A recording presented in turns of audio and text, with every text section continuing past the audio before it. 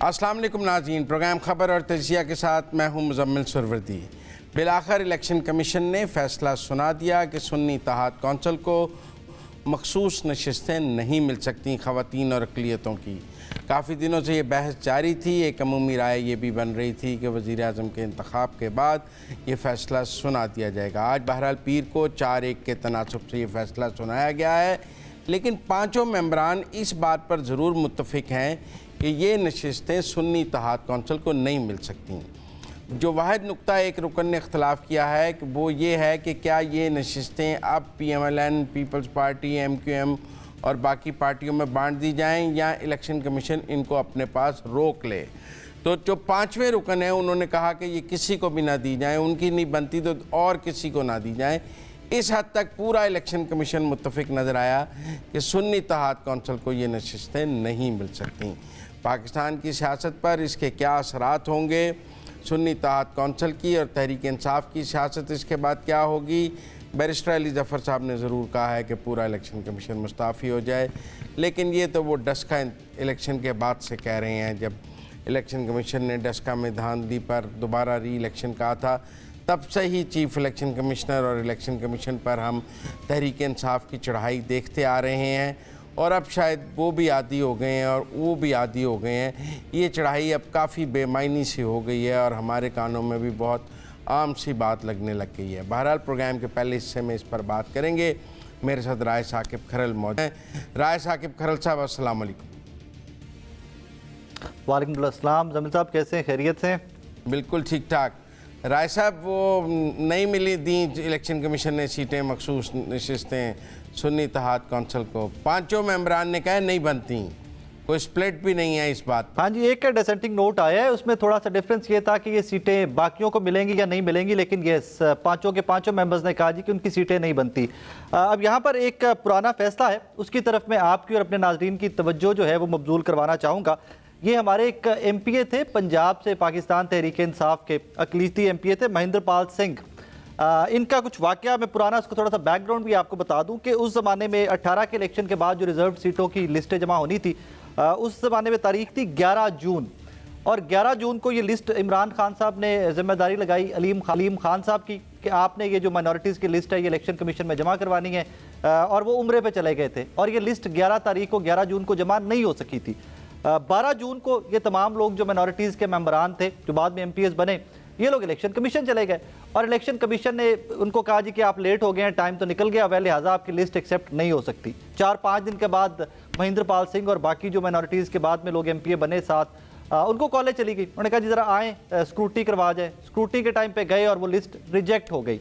उसके अंदर जब बाद में वो डबल बेंच पे जाके अमीर मोहम्मद भट्टी साहब जो अभी के चीफ जस्टिस हैं और सजाद सेठी साहब, उन्होंने वो लिस्ट एक्सेप्ट करवा ली। उन्होंने कहा कि यार ये ट्रांसफरेबल है कि नहीं, इलेक्शन कमीशन से पूछा तो इलेक्शन कमीशन ने कहा जी ये लिस्ट या ये सीटें तो ट्रांसफरेबल नहीं है। मैं थोड़ा सा वो पढ़ के आपको सुना दूं, उसका रेफरेंस भी आज। Mahendra Pal Singh versus PEC Punjab election commission and others before honourable Lahore high court Lahore, in which fresh party list for reserve seats was accepted and petitioner was declared eligible candidate as court observed that the reserve seats are not transferable.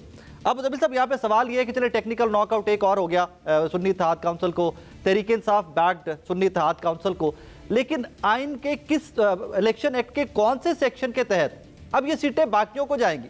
सवाल यहाँ पर ये पैदा होता है। इसका जवाब आपने और मैंने मिलकर आज के शो में खोजना है कि इलेक्शन कमीशन ने तो कह दिया जी कि नेशनल असेंबली की सीट्स जो है उनका कोटा बाकियों में बांट दिया जाए। सेकेंड, इसी फैसले के अंदर जरा डिटेल से पढ़े तो सूबाई सीटों का जिक्र क्यों नहीं है, क्योंकि सूबाई सीटें तो रिजर्व रहती हैं ना, उनका जिक्र क्यों नहीं है? अच्छा, अब देखें राय साहब, आपने बड़ी मेहनत से मुकदमा तैयार किया है। काश इतनी मेहनत तहरीक इंसाफ ने इलेक्शन से पहले की होती और जो 2018 में उन्हें सहूलतकारी हासिल थी अदालतों की, शायद अब वो हासिल ना हो। बहरहाल मैं इसमें सादा सी बात यह है कि जो मेरी इलेक्शन कमीशन के ज़िम्मेदारान से बात हुई है उसमें बड़ी सादा सी बात है कि एक डेट है, उस डेट तक पार्टी ने जमा कराना है और अरकान की स्क्रूटनी वगैरह होनी है। सुन्नी इत्तेहाद कौंसिल ने तो ये ख़त लिख के दिया कि हम लिस्टें जमा नहीं कराना चाहते। उनका तो मतलब डिनायल। अच्छा, वो खत ये नहीं था, वो खत ये नहीं था। बात तो पूरी मैंने देखें आपकी पूरी गुफ्तगू के दरमियान नहीं टोका। ये पूरी प्रॉब्लम है आप जैसे नौजवान लोगों के साथ कि आप किसी की सुनने को तैयार नहीं है। आज ये बड़ा आमने सामने ना बैठे तो थोड़ा सा वो भी आ रहा है। आज आप बात तो पूरी सुन लेना मेरी जरा। अब सूरत हाल आप बात पूरी सुन लें, आराम से चाय पिए, तब तक मैं अपनी बात मुकम्मल करता हूँ। आप चाय पिए, ठीक है ना। तो सूरत हाल ये है कि उन्होंने लिख कर दिया कि हम लिस्टें नहीं देना चाहते। पांचों मेंबरान ने इलेक्शन कमीशन ने कहा कि उन्होंने मौके पर लिस्टें जमा नहीं कराई हैं। अब सूरत हाल ये है कि सुन्नी इत्तेहाद कौंसिल ने सुन्नी इत्तेहाद कौंसिल कोई इलेक्शन भी नहीं लड़ा, उनका कोई कैंडिडेट भी मौजूद नहीं था और उन्होंने इलेक्शन मतलब उनके अपने सरबराह ने अपनी पार्टी के टिकट पे इलेक्शन नहीं लड़ा। भाई तुम आज़ाद लड़े हो, तुम सुन्नी इत्तेहाद कौंसिल की टिकट पे ही लड़ लो। तो मेरा मतलब आप वो कौन सा तहरीक इंसाफ की टिकट पे लड़ रहे थे? वो सुन्नी इत्तेहाद कौंसिल की टिकट पे ही लड़ लेते, सभी आज़ाद लड़ रहे थे। तो उनको आज़ाद लड़ रहे थे तो सुन्नी इत्तेहाद कौंसिल के इंतखाबी निशान पे लड़ लेते, वो कौन सा बड़ा मसला था? उन्होंने तो खुद अपनी जमात के इंतखाबी निशान पे इलेक्शन लड़ना मुनासिब नहीं समझा, उस अपनी जमात को इस काबिल नहीं समझा कि उस पर टिकट लड़ लें। तो अब मेरा ख्याल है कि जो पुरानी बुरी रिवायात हैं, जो सहूलतकारी मिली है कि बंदा उम्रे पे चला गया और लिस्ट नहीं जमा कराई तो आपने जाके डीबी से ऑर्डर ले लिया है। आप जो मीर भट्टी साहब का मुझे फैसला पढ़ के सुना रहे हैं, आप देखें उनके दामाद पंजाब में पीटीआई के वज़ीर रहे हैं, सबको उस पर बड़ा एतराज़ था। तो मेरा मतलब है कि मैं उस पर ज़्यादा तफसील में नहीं जाना चाहता अमीर भट्टी साहब के हवाले से, लेकिन एक स्टैंडर्ड व्यू है कि एक चीज़ की डेट मौजूद है, आपको उस डेट के अंदर वो काम करना है। अगर आप उस डेट के अंदर वो काम नहीं करते तो फिर सारी सियासी जमातें कल को कहेंगी कि फिर वो उस डेट की सैंक्टिटी तो ख़त्म हो गई ना। जब अदालतें उस कहेंगे जी डेट के बाद भी दे दें, डेट के बाद भी दे दें, कोई फ़र्क नहीं पड़ता, फिर इलेक्शन कमीशन की डेट की कोई सैंक्टिटी तो नहीं रहेगी, कोई इलेक्शन कमीशन की डेट की अहमियत ख़त्म हो जाएगी। लोग 8 फरवरी के बाद भी, इलेक्शन के बाद भी कागजात नामजदगी जमा करा देंगे और कहेंगे मैं भूल गया था, मैं उम्रे पे चला गया था, मैं भूल गया था, मैं उम्रे में चला गया था, मेरे कागजात नामजदगी अब जमा कर लें, 6 फरवरी को जमा कर लें। तो मेरा मतलब है किसी कानून ज़ाब्ते के तहत ये मुल्क चलाना है, किसी सियासी जमात की ख्वाहिश पे तो नहीं चलाना राय साहब कि वो 18 में भी भूल गई, वो 24 में भी भूल गई, तमाशा लगाया हुआ है।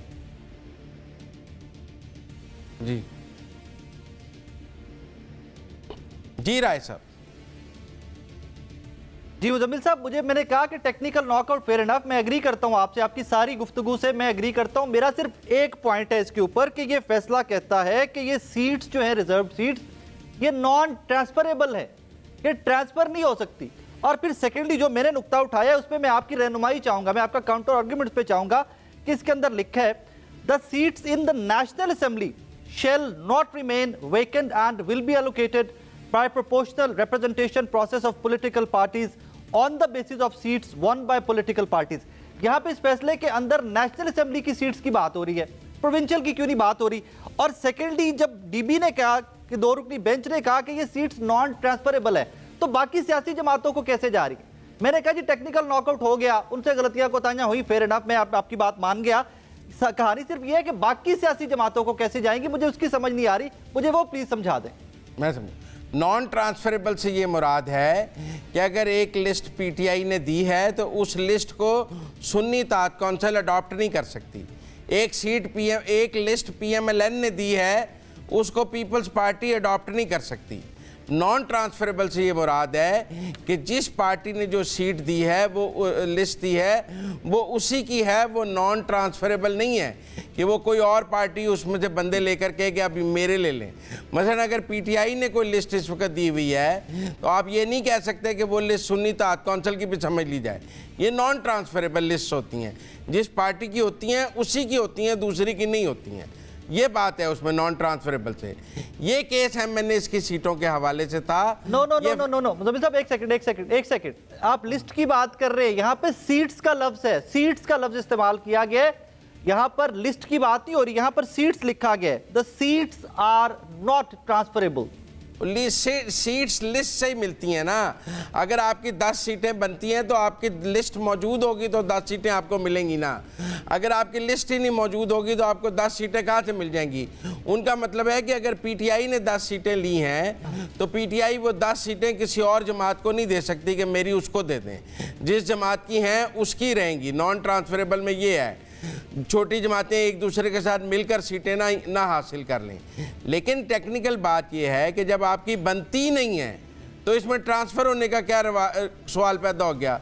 ट्रांसफरेबल का सवाल तब चले यहाँ पे रुक जाते हैं, यहाँ पे दोनों रुक जाते हैं। बात पूरी कर लेने दें। ठीक है, यहाँ पे दोनों रुक जाते हैं। ट्रांसफरेबल का सवाल जब होगा जब एग्जिस्ट करेंगी, जब एग्जिस्ट ही नहीं करेंगी तो ट्रांसफर कैसे होंगी। ओके, तो बाकियों को कैसे जाएंगी? कौन सा सेक्शन, इलेक्शन एक्ट का कौन सा सेक्शन है जो ये डिफाइन करेगा कि जी अब सीटें बाकियों में बांट दी जाए? Yes, good question, good question. देखें, ये जो कौमी असेंबली की सीटें हैं ये आइन में लिखी हुई हैं कि इतनी सीटें होंगी।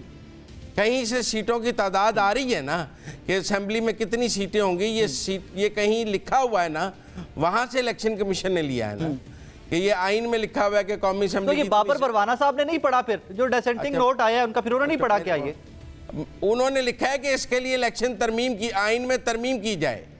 yes, उन्होंने भी ये नहीं लिखा कि मेरा मतलब है कि मेरे कहने पे होल्ड कर ली जाए। उन्होंने ये लिखा है कि इनके लिए मुनासिब आईनी तरमीम की जाए। कानूनी रास्ता अच्छा, नहीं, आप मेरी बात सुन। इसका मतलब है इलेक्शन कमीशन के पास होल्ड करने का अख्तियार नहीं था। इलेक्शन कमीशन ने इसका आइदर वे फैसला करना है कि या इनको दे दें या उनको दे दें। वो अपनी पास होल्ड नहीं कर सकता। वो उसने सीटें साथ ये रेफर भी, उन्होंने तजवीज भी तो दे दी ना कि इसके ऊपर लेजिस्लेशन करे, तजवीज है ना। वो उस तजवीज ये है कि अगर आप रोकना चाहते हैं, अगर आप ये चाहते हैं कि ये किसी को ना जाए तो आप आईनी तरमीम कर लें। तो जब तक आईनी तरमीम नहीं होती तब तक आपके और मेरा फर्क यहाँ पे ये आ रहा है कि उन्होंने कहा कि अगर आपने बांटनी है तो इसके ऊपर करें, आईनी तरमीम करें। नहीं, अगर इनको रोकना भी है तो आईनी तरमीम करनी पड़ेगी। आईनी तरमीम के बगैर रोक भी नहीं सकते। सारी सूरत हाल से पहले आप और मैं एक चीज के ऊपर मुत्तफिक थे, आई रिमेंबर दैट, कि ये कहानी इलेक्शन कमीशन से आगे कोर्ट्स में जाएगी। नहीं, वो तो देखें हर चीज ही अदालतों में जानी होती है। हमारे यहाँ तो मतलब चलान हो जाए वो भी अदालत में चला जाता है ट्रैफिक का। तो वो अदालत में जाना तो कोई ऐसा मामला नहीं है कि आप कहेंगे कि अदालत में चला गया तो बड़ा सवाल हो जाए तो मैं पे करता हूँ। नहीं, अदालत तो सवाल ये है कि अदालत में जरूर जाएगा, लेकिन आप ये देखें कि 5 मेंबरान यूनानिमस डिसीजन है कि एसआईसी की नहीं बनती।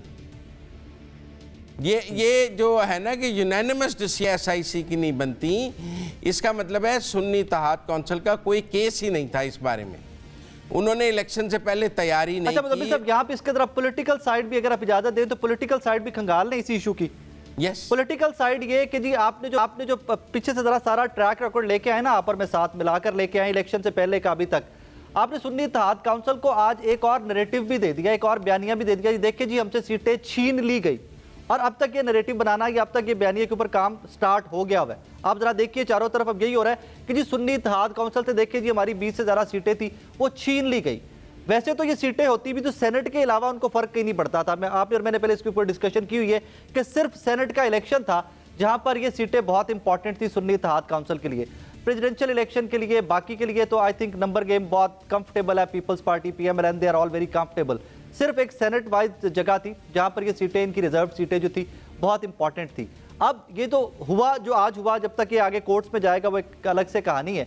बट वो नैरेटिव कितना स्ट्रांग बनेगा, क्योंकि जी माजी के ऊपर भी वो बार बार इलेक्शन कमीशन के ऊपर इल्जाम लगाते आए हैं, सुन्नी इत्तेहाद काउंसिल से पहले पीटीआई, कि जी देखिए हमारे साथ ज्यादती करते हैं, ये थोड़े से बायस्ड है, इनका टिल्ट है, ये है वो है।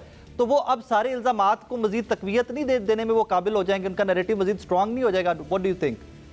देखिए, अगर किसी जमात के पास कोई झूठा बयानिया बनाने की ताकत है, कोई सोशल मीडिया ब्रिगेड है, कोई उनके पास सोशल मीडिया की हेजमनी है और वो झूठ को सच और सच को झूठ कर सकते हैं, तो इस डर और इस खौफ से कानून के इदारों ने अपना काम करना तो नहीं छोड़ देना कि जी वो बयानिया बना लेंगे, लिहाजा उस बयानिया बनाने के खौफ से ये काम किया जाए।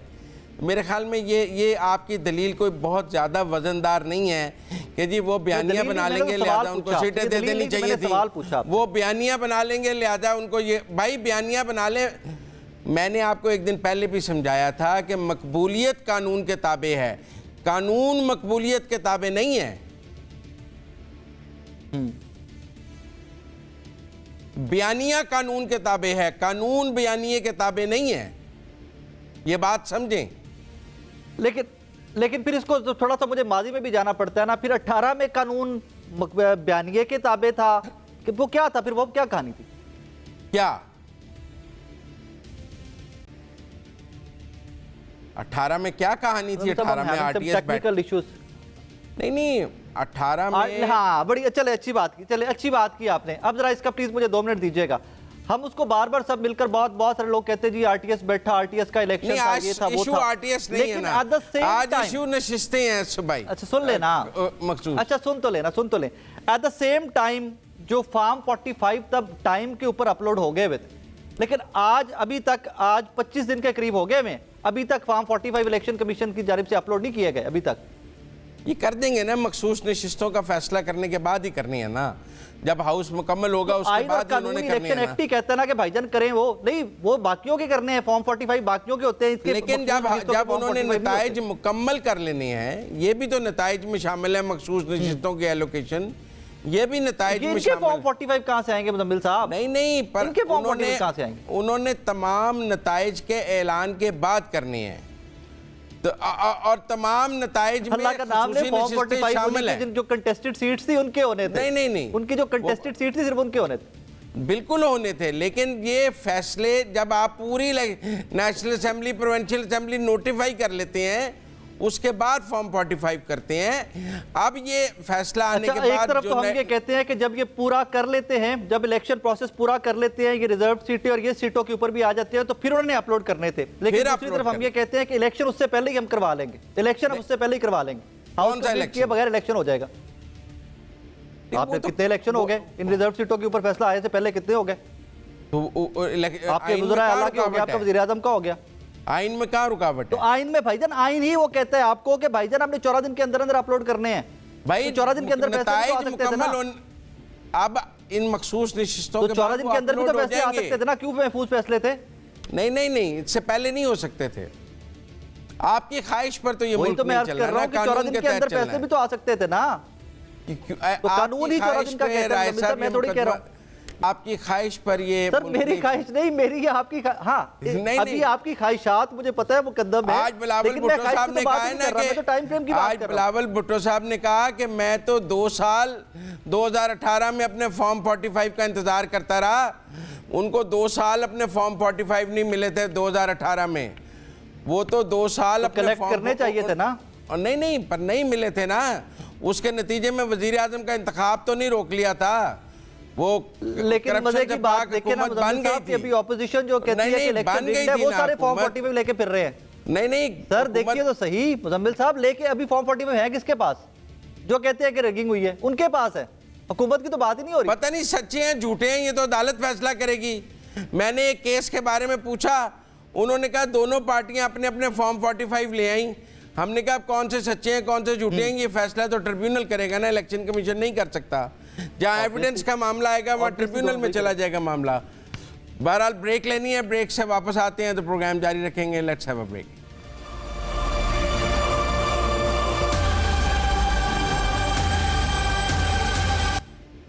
ब्रेक के बाद खुशामदीद नाजरीन। कौमी असम्बली का 2 दिन हंगामा खेज इजलास, लेकिन इस हंगामा खेज इजलास में भी एक मिसाक मुफाहमत की और मिसाक मईशत की गूंज नज़र आई।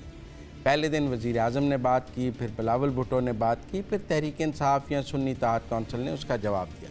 सबसे पहले सुनते हैं कि वज़ीर आज़म पाकिस्तान शहबाज शरीफ साहब ने अपनी इब्तदाई तकरीर में इसको कैसे पेश किया। मिसाक मुफाहमत की भी मैं उनको दावत देता हूँ, आए मिल बैठे, मिलकर हम पाकिस्तान की किस्मत संवारे। अच्छा, ये मिसाक मुफाहमत की शहबाज शरीफ ने उस वक्त दावत दी जब उनकी तकरीर में बहुत शोर शराबा हो रहा था, उन्हें तकरीर करने से रोका जा रहा था, कुछ के ख्याल में गालम गलूच भी हो रही थी और बहुत ही पुरतशद्दुद सा कौमी असम्बली का माहौल था। और उस वक़्त भी शहबाज शरीफ ने मिसाक मुफाहमत की एक पेशकश अपोजिशन को की। आज बिलावल भुट्टो जरदारी ने उसी पेश दोहराया, वो कैसे उन्होंने कहा। चाहे वो नेशनल चार्टर ऑफ रेकन्सिलिएशन हो या चार्टर ऑफ इकोनॉमी हो, हमें आपस में बात करना चाहिए। आप कहते हो कि मैं ये वजीर आजम नहीं मानता हूं तो मैं नहीं बात करूंगा, तो फिर जो भी शहबाज शरीफ साहब का पॉलिसी होगा आप उस पर तनकीद तो नहीं कर सकेंगे। हम सब आपको दावत दे रहे हैं कि आए मिल बैठ के पाकिस्तान को और पाकिस्तान के अवाम को इस मुआशी मुश्किल से निकालें। अच्छा, बिलावल साहब ने भी दावत दी, गो कि बिलावल साहब ने फिर साइफर और आइन तोड़ने के हवाले से तहरीक इंसाफ पर तनकीद भी की, जिसके बाद माहौल काफ़ी गर्मा गर्मी हो गई। लेकिन ये एक मिसाक मफाहमत की, बातचीत की, इकट्ठे बैठने की एक दावत पीपल्स पार्टी की तरफ से मुस्लिम लीग नून की दावत को उन्होंने री-स्ट्रेंथन किया। अच्छा, अब इस पर सबको इंतज़ार था कि तहरीक इंसाफ ऐवान जवाब देगी इसका। तो असद कैसर साहब ने आज ऐवान में इसका जवाब दिया।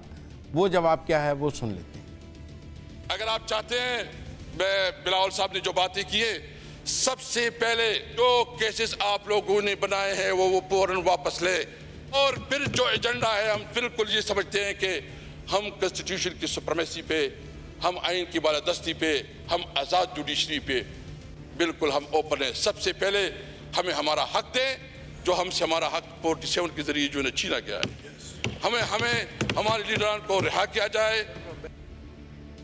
अच्छा, अब आपने असद कैसर साहब ने मशरूत किया कि बानी पीटीआई के ऊपर जो मुकदमात बनाए गए हैं वो मुकदमात पहले वापस लिए जाएं, तो हम आइन की सुपरमेसी, आज़ाद अदलिया, मिसाक मुफाहमत, मिसाक मईशत, इस सब पर बात करेंगे। लेकिन पहले आपने जो मुकदमे बनाए हैं बानी पीटीआई पे, बुशरा बीबी पे और पीटीआई पे, वो वापस लिए जाएं, जिनमें 9 मई के मुकदमात का भी बहुत तनाज़ा है कि केपी के सीएम ने कहा है कि उनको वापस लिया जाए। तो फिर आज ये शर्त बुनियादी तौर पे आ गई कि पहले मुकदमात वापस लें फिर बात करेंगे।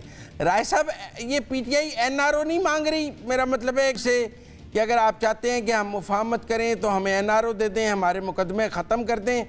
क्योंकि एक तरीका तो ये है ना कि आप अदालतों से अपने मुकदमे ख़त्म कराएं, आप जाके बरी हो जाएं अदालतों से और आप अदालतों से ख़ुद को बेगुनाह साबित करें।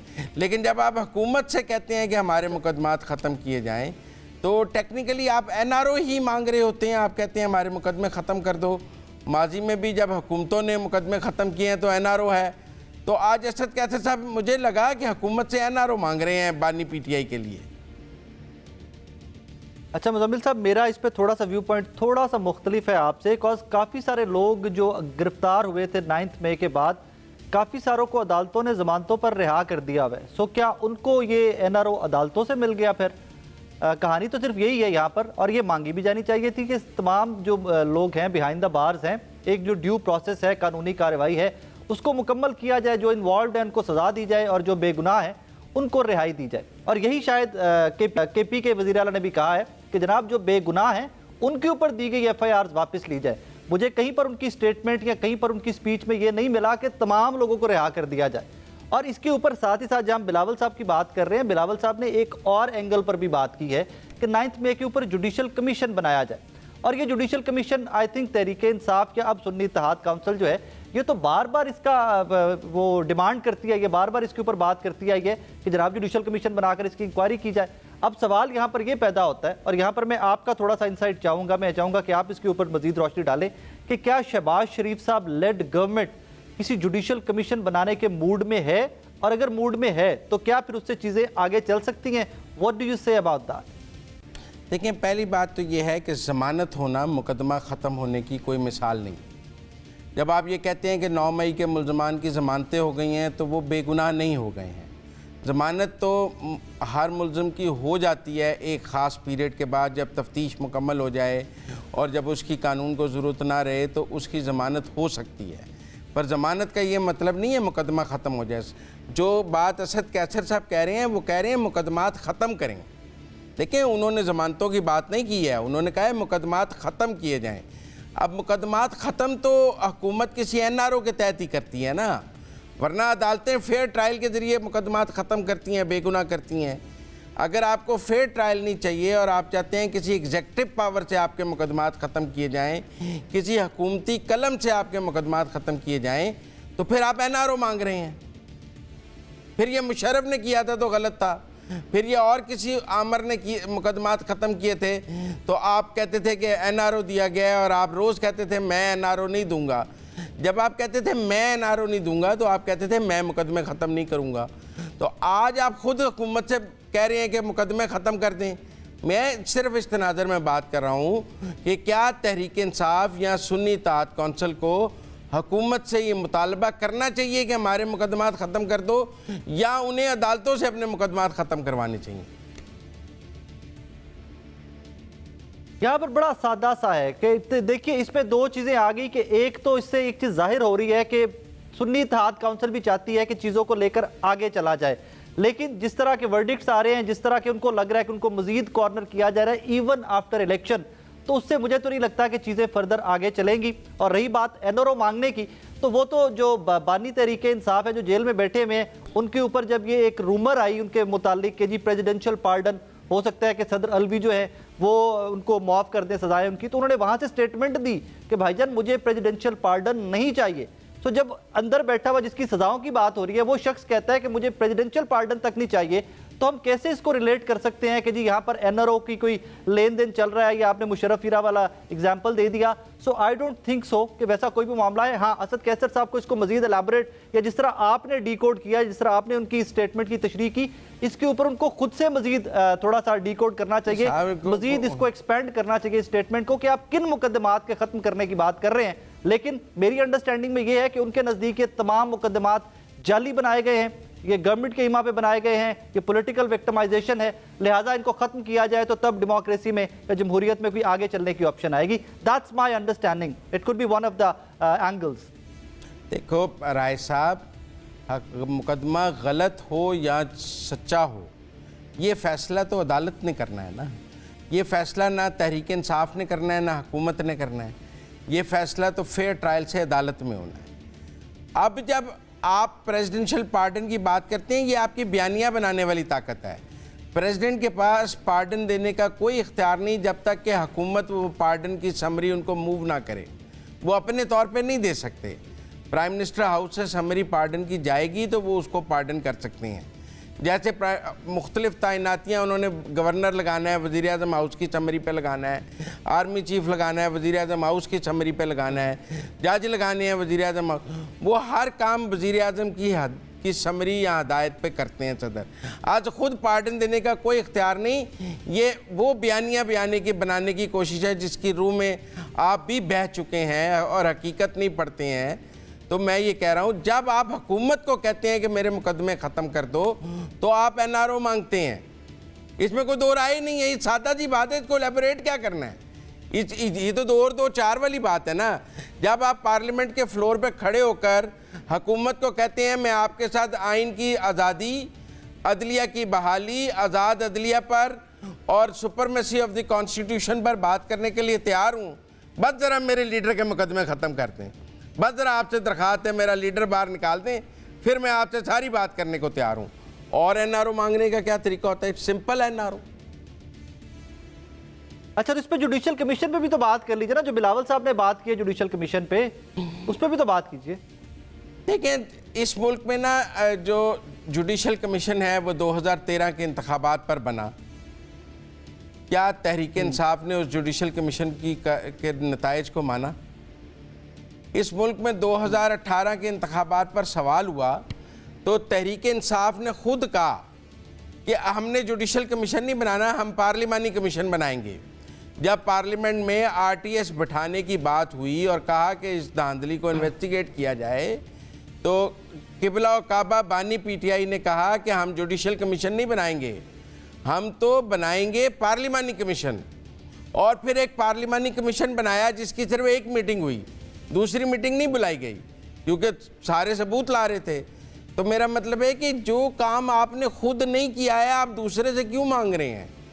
बाकी मैं समझता हूं कि अगर हम जुडिशियल कमीशन बना भी लें तो पीटीआई ने मानना नहीं है, इन्हें सिर्फ वही जुडिशियल कमीशन। साहब चले यहाँ पर सुन्नी इत्तेहाद काउंसिल तो मांग रही थी पहले, जुडिशियल कमीशन की डिमांड उनकी तो थी, लेकिन आज बिलावल भुट्टो जरदारी साहब जो हुकूमत हैं, जो हुकूमत का हिस्सा है इस टाइम के ऊपर, उन्होंने भी ये कह दिया कि इसके ऊपर जुडिशल कमीशन बनना चाहिए।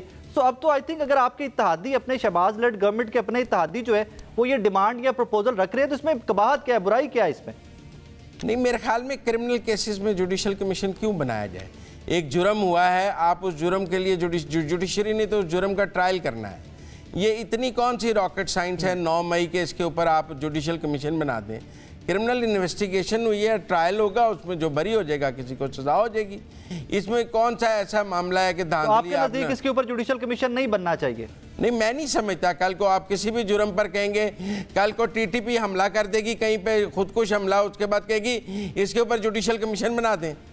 कल को कोई दहशतगर्दी का वाकया हो जाएगा। पहले भी बहुत सर कप आ चुके हैं कि सियासी जमात को किसी भी इस तरह की तंजीम के साथ तशबीह देना कोई मुनासिब रवैया नहीं है। मैं आपसे मुत्तफिक हूँ और मैं सियासी जमात को अस्करी जमात में फ़र्क रखने की बात करता हूँ। उसको हथियार नहीं उठाने चाहिए, उसको किसी जगह पर जाकर हमला नहीं किसी ने हथियार नहीं उठाए, कहीं पर एग्रेशन है तो उसको इन्वेस्टिगेट किया जाना चाहिए। कहीं पर इस तरह का फैक्टर आया, उसको डिटेल में इन्वेस्टिगेट किया जाना चाहिए। डिटेल में हो गया, गवर्नमेंट ने जीआईटी बनाई, सारा कुछ हुआ, उस जीआईटी की रिपोर्ट अदालतों में मौजूद है, अब उस पर ट्रायल शुरू हो रहे हैं। आप ये कोई नए मुजरिम हैं जिनके लिए जुडिशल कमीशन बना दें? ये तो कौम के कोई ऐसे सितारा वज़ीर आज़म पाकिस्तान भी है ना, उनको भी नामजद किया गया मुख्तलिफ मुकदमात में। तो ये कोई कहानी मुख्तलिफ तो है ना, थोड़ी सी हाई प्रोफाइल केस तो है ना। इसने पूरे पाकिस्तान की सियासत का रुख एक दिन ने तब्दील कर दिया था। तो आई थिंक ये हाई प्रोफाइल केस तो बहुत है ना। कहाँ लिखा है कि हाई प्रोफाइल केसेस में जुडिशल कमीशन बनेगा? जुडिशल कमीशन अक्सर बिलावल भुट्टो जरदारी साहब से सवाल पूछेगा, मैं आपने तो सेकंड किया है। उन्होंने तो साथ ये भी कहा है ना, अदम एतमाद के वक्त जो आइन तोड़ा है उसका भी आर्टिकल 6 लगाएं। उन्होंने कहा है साइफर गेम के ऊपर भी आर्टिकल 6 लगाएं। उन्होंने तो फिर आपने उनकी तकरीर पर सारी पीटीआई रोने भी तो लग गई ना। वो तो फिर पहले तो डेस्क बजा रही थी। नहीं, लेकिन मैं तो देखिए जो पॉइंट्स आपने रेज किए, मैं तो उसका सिर्फ आपके सामने रख रहा हूँ कि ये पॉइंट्स भी थे, सिर्फ ये पॉइंट्स नहीं थे। नहीं, मैं वही बात कर रहा हूँ कि मैं बिलावल साहब की इस बात से मुत्तफिक हूँ कि अदम एतमाद के वक्त जो आइन तोड़ा गया है उसके ऊपर आइन तोड़ने की का रेफरेंस जो है वो दायर होना चाहिए और हुकूमत को वो रेफरेंस दायर करना चाहिए, जैसे कि आज बिलावल साहब ने कहा है।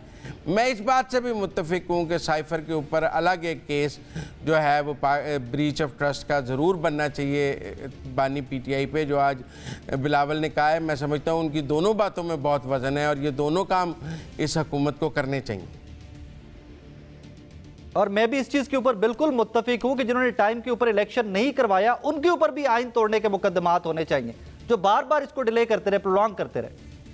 यकीनन आपको पिन पॉइंट करना पड़ेगा कि किसने किया है। यहाँ तो साबित हो गया ना। अच्छा, ये भी किसने किया है, अभी ये भी सवालिया निशान है। बिल्कुल सवालिया। सबसे पहले तो ये जिम्मेदारी किसकी थी? इलेक्शन कमीशन की और केयरटेकर सेटअप की, जिनको ये जिम्मेदारी दी गई थी अवाम की जानिब से, कॉन्स्टिट्यूशन की जानिब से, आइन की जानिब से, इलेक्शन एक्ट की जानिब से। देखिए ना, आप जरा पढ़ा करें ना ये जो पंजाब और केपी के इलेक्शंस की। अच्छा, इस पे भी पढ़ने की जरूरत है कि क्या किसने किया, अभी इसको डिटरमाइन करने के लिए मुझे पढ़ना पड़ेगा क्या मुज़म्मिल साहब? यकीनन पढ़ना पड़ेगा। टू फिक्स अ रिस्पांसिबिलिटी आपको पढ़ना पड़ेगा, बगैर पढ़े नहीं। सर मैं तो वो कह रहा हूँ कि जो आइन कहते हैं 90 रोज के अंदर इलेक्शन, और उससे ज्यादा मुझे पढ़ने की जरूरत नहीं है। मेरा आइन क्लियर कट मुझे बता रहा है कि 90 रोज। भाई आइन हल्का बंदियों का भी कह रहा है, आइन मर्दमशुमारी का भी कह रहा है, आइन काफ़ी कुछ कह रहा है। अपनी मतलब की शिक निकाल के आपका तो वो हाल है कि नमाज मत पढ़ा करो, अगला फिक्रा नहीं पढ़ना जब नशे की हालत। मेरा मतलब है आपका तो वो हाल है भाई। बस वही ना कि जो सूटेबल पॉलिटिक्स देखना पड़ेगा आपको, बस वही अच्छा है, बाकी जरा माइनस कर दे। आइन को इन टोटलिटी आपको देखना पड़ेगा। ये एक कॉम्प्रिहेंसिव किताब है, एक शिक इसकी पूरी किताब नहीं है। इसकी सारी शिकें एक दूसरे के साथ मिलाकर पढ़ेंगे तो आपको मुकम्मल आइन समझ आएगा। तो मैं आज जो आइन हमें समझा रहे हैं ना, आपका और मेरा वादा रहा, अल्लाह वो वक्त लेके आए कि फिर ये आइन मैंने आपको समझा रहे होना है। ये शिके 1 और 1 जमा 2 करके मैंने आपको बता रहे होना है। मैं आपके साथ हूँ उस वक्त। मैं आपकी तरह को गलत बंदे के साथ मौकफ तो नहीं, गलत पार्टी का बयान कर रहा हूँ। मैं आपके साथ खड़ा हूँ। मुझे ये बताइए, आप तो इस्लामाबाद में मौजूद हैं, आई थिंक असेंबली भी आपका चक्कर लगा है। जो रवैया असेंबली के अंदर है, ये कंपनी चलती नजर आ रही है? क्योंकि आज राजा परवेज अरशद साहब की भी स्टेटमेंट आ गई ना इसके ऊपर। देखिए, अगर सुन्नी इत्तेहाद कौंसिल चाहे भी कि ये ना चले तो ये चलेगी। और ये पार्लियामेंट चलेगी, उनके पास 2/3 अक्सरियत भी होने जा रही है, एब्सोलूट मेजॉरिटी बहुत बड़ी तादाद में है, दोनों बड़ी पार्टियों का स्टेक हो गया है प्राइम मिनिस्टर और प्रेसिडेंट पे। लिहाजा मुझे ये सुन्नी इत्तेहाद कौंसिल की गालम गलूच या ये जो तमाशा वो असम्बली में कर रहे हैं, इससे कोई हुकूमत या निज़ाम ख़तरे में नज़र नहीं आ रहा। उनकी बका जरूर खतरे में है। वो लेकिन राजा साहब की अपनी स्टेटमेंट है, परवेज मुशर्रफ साहब ने आज असेंबली के फ्लोर पे खड़े होकर कहा है कि भाई ये कंपनी यूं नहीं चलेगी।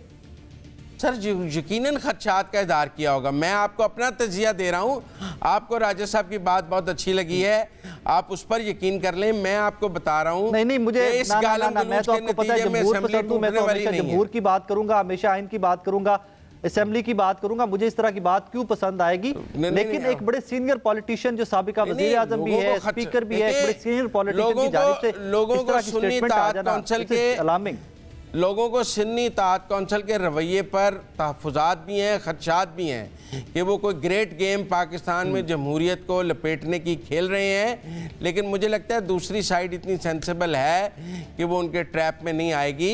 इसलिए मुझे लगता है कि ये पार्लियामान भी अपनी मुद्दत पूरी करेगी। बहरहाल ब्रेक लेनी है।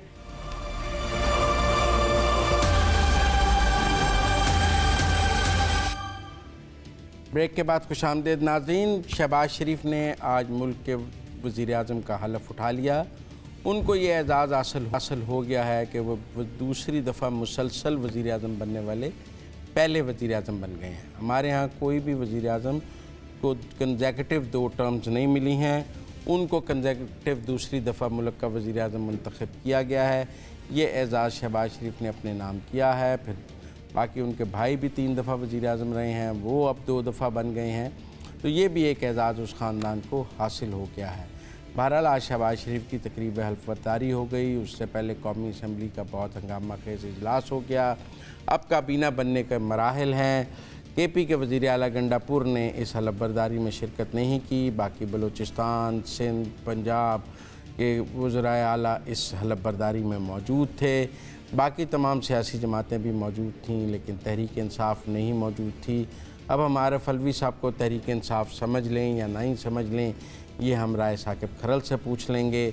बहरहाल हल्फ़बर्दारी के बाद शहबाज ने गार्ड ऑफ ऑनर से अपना भी लिया और बतौर वज़ीर आज़म चार्ज भी संभाल लिया। निगरान काबीना को डीनोटिफाई कर दिया गया और नई हुकूमत मार्ज़ वजूद में आ गई है।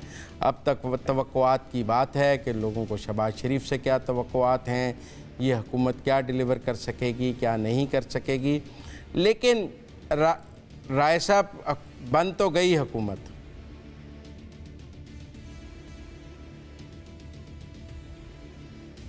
राय साहब आपको मेरी आवाज़ आ रही है?